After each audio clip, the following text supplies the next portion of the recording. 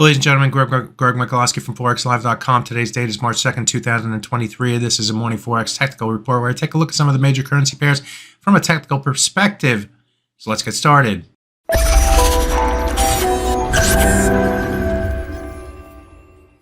Before we get into the technicals, there was some fundamental news coming out today. First, we had fourth quarter productivity and unit labor costs come out. Now, this is the second cut of that number, but it was revised sharply higher, almost double of what it was initially reported. We saw unit labor costs rise to 3.2% for the fourth quarter versus 1.1% initially reported. And then we saw productivity move sharply to the downside from about 3% to 1.7%. So bad numbers there. In the more now, if you will, the initial jobs claims remain below the 200,000 level. It came in at 190,000 this week. That is the seventh week in a row below the 200,000 level, indicative of a strong labor market now. And of course, when initial claims move lower, that means that there are less people applying for unemployment claims.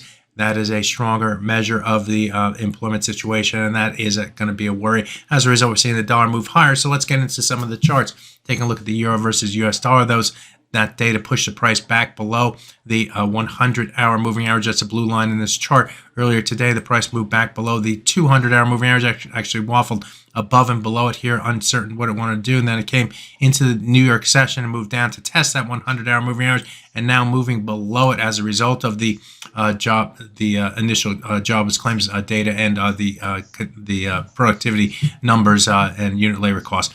We did move into this swing area here. This swing area was somewhat important through here as the price tried to find support at this level, fell below that level, and tried to move lower, but then reestablished support at the level and moved higher.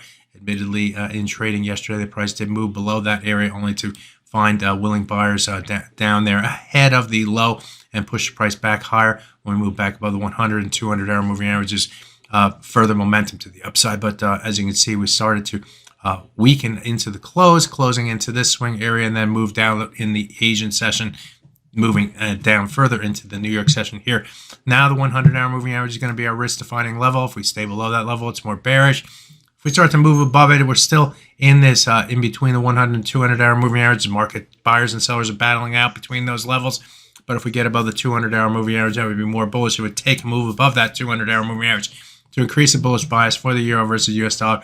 Otherwise, getting below the 105.76 level, that's this low swing area, and then getting below the low price from yesterday. That low price yesterday came in around the 105.64 level. Get below that level, and we start to look toward the low price that we saw in last week's trading. Actually, that was on Monday at 105.32 as the next target for the euro versus US dollar. So the bears are more in control in this currency pair once again. Let's take a look at the dollar versus yen, and the buyers are more in control the same way.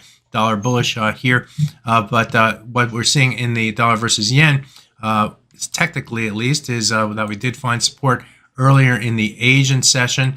And then in the European session against the rising 100-hour moving average, that comes in at 136.24 and moving higher. And that's going to be a barometer on the downside. The price would need to get below that moving average and stay below that level in order to push, give the bears more control. And then when we get below that level, it's going to have to get below the green line. That green line represents a 200-hour moving average. And in trading yesterday, the price found support against that 200-hour moving average and moved higher. Back in this day right here last week, the price also tested the 200-hour moving average. So guess what? The 100 and the 200-hour moving average are risk-defining levels and bias-defining levels for the dollar versus yen. As long as the price remains above those levels, the bias is more bullish. Now, having said that, we are moving into a key area here. This green line right here and this blue line right here represents the 200-day moving average. That's this line right here, and the blue line represents the 100-day moving average. The price moved into that range, and we're currently trading within that range or just below it. That often attracts some sellers. Why? Because risk can be defined and limited against this area. If you can sell against a higher level with a stop above it, you're only risking a little, and what your hope is as the price maybe moves down to the 100-hour moving average or moves down to the 200-hour moving average. So there is that little battle going on. But what we do know in the dollar versus yen is staying above the 200 and 100 hour moving average is more bullish for this pair. And until the sellers can get below that level, what is the bias here? It's to the upside from the left to the right. We're going higher, so we need to get below those levels in order to push the bias more to the downside. Until then, the bulls still remain in control. Let's take a look at the sterling versus US dollar. And like the dollar versus yen, this too is in between the 100-day moving average. That's this blue line right here, 11968, 1.1968, and the 200-day moving average, which is this green line, which is at 1.19215. That low also corresponds, or that moving average also corresponds with the low from earlier this week on Monday. So get below that level would then look toward the low from back here on February 17th at 11914. So 14 to 21 is our key support. If we move below those levels, guess what? It's moving below the 100, 200, and below the recent low prices, what it looks like on the daily chart. This is our low price from the month of February. If we get below those levels, the low price for the month of January comes in at 118.40, and that would be our next target on the downside for the sterling versus US dollar. Finally, we'll take a look at the dollar versus Canada. Why? Because we're just keep on skimming along the 100-hour moving average. Admittedly, the price moves below it right here. We move below it here, move below it here in the earlier Asian session, and here, and even here.